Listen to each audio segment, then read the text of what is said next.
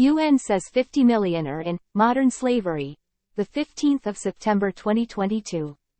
Slavery is not just a thing of the past. A report from the United Nations agency, the International Labour Organization (ILO), says about 50 million people are enslaved today. They are trapped in forced labor or marriages. The ILO said 1 in 150 people in the world is enslaved. This figure increased by 20% in the past few years.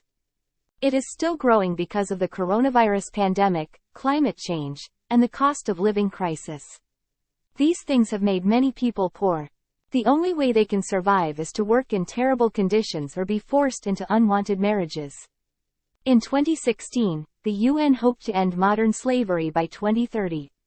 However, the number of people in forced labor or forced marriage shot up by 10 million.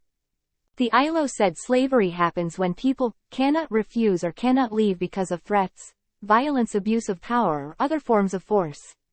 This problem is not just in poor countries. An ILO spokesperson said, "It would be a mistake to believe that forced labor is solely the problem of poor countries."